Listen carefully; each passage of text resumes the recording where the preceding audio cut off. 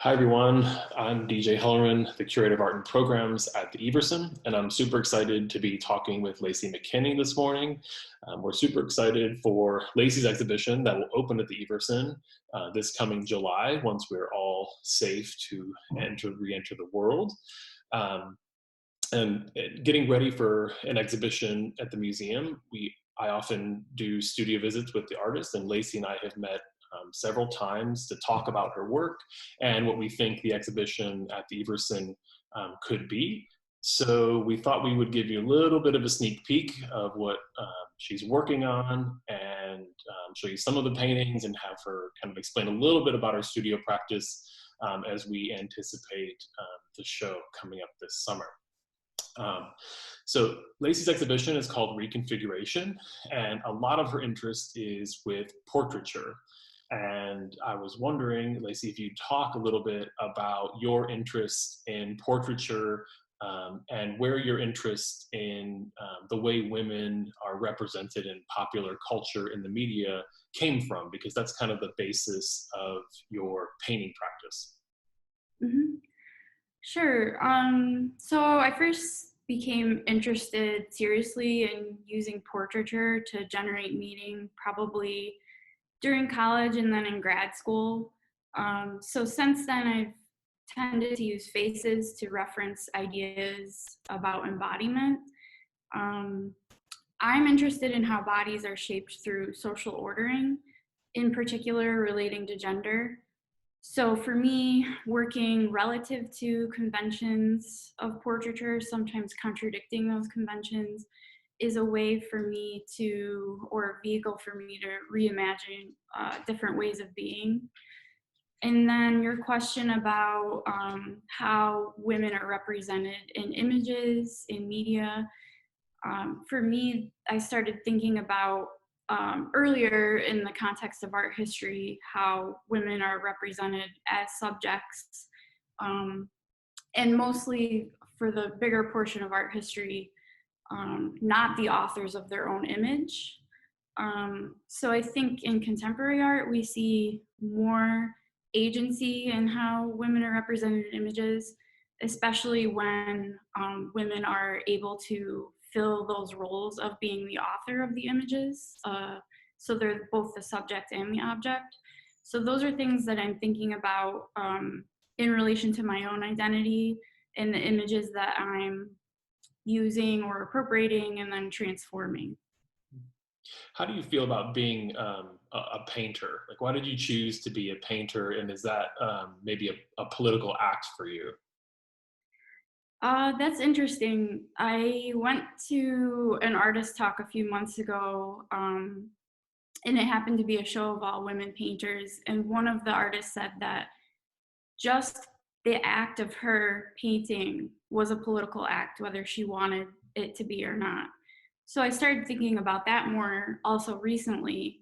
Um, Again, going back to that idea that throughout history there isn't a lot of, you don't see a lot of women artists taught in art history, for example. So going through grade school, I learned about Van Gogh and Picasso, but not a lot of other artists that were women.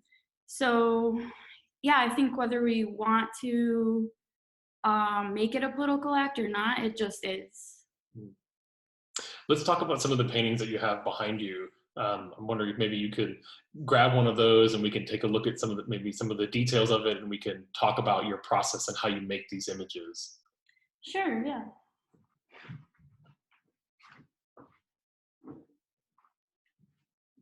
So here's an example of a smaller painting. And to kind of go through the technical process of how I make that, first of all, I'm gathering a library of photographs. Some are original photographs, but lately I'm using a lot of found and appropriated photographs that I find in digital or print media, or I have a collection of flea market photos of old snapshots of family photos that I've gathered. And then I make collages out of those, print and digital collage. I have an example of also of a collage sketch that I can show you. So this is what I would use as a sketch or a reference or source material. And you made that digitally and then printed it out? Yeah, sometimes I work back and forth between the printed image and digital. So I might cut it out, print it out, cut it up, put it back together, put it back into Photoshop. So it's kind of like a back and forth push and pull. And then I make an underpainting with acrylic while I'm looking at those sketches as source material. So if I kind of get a little closer, you can see like these areas here are sort of like an abstract underpainting with acrylic. And then the top layers are the areas here that are more representational. Like the face.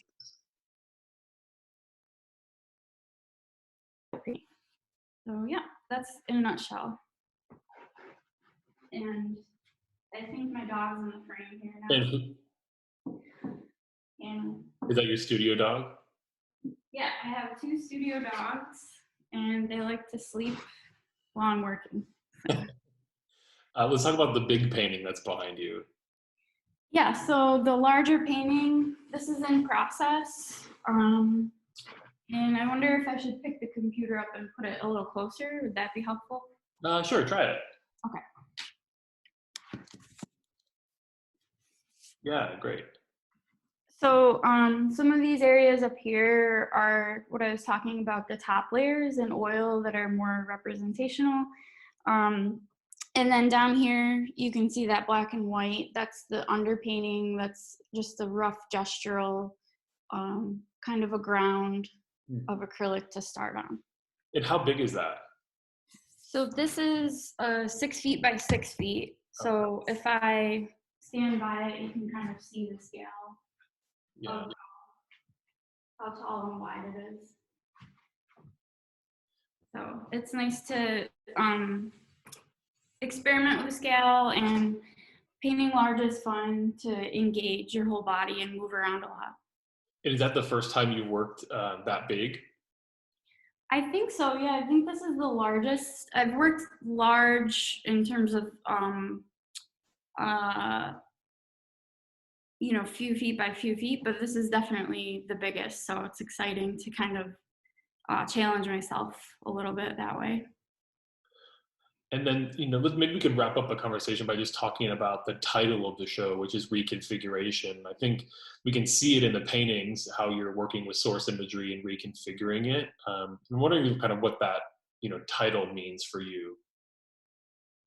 Yeah, I think that's a really good question. The term reconfiguration to me directly describes why and how I make the work.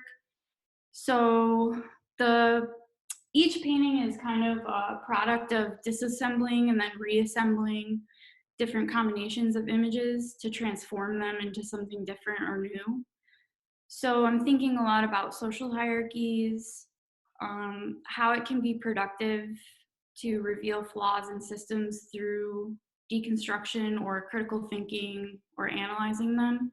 So the physical act of deconstructing or disassembling the images is parallel to that idea. And in my opinion, the great service of any kind of contemporary artwork is its ability to challenge cultural templates. And maybe I should have started with this question, but where is your studio located? Where are you speaking to us from? So I'm not that far from the Everson Museum. My studio is here in Liverpool, New York. It's in my house, so it's a live-work setup. So I utilize various spaces within my house to make things. Cool. Well, thanks for spending some time with us, and thanks for being our first studio visit. We're all looking forward to the show, and I'm definitely looking forward to come and see some of what you've been working on while we've been in self-isolation. Me too. Thanks so much for visiting.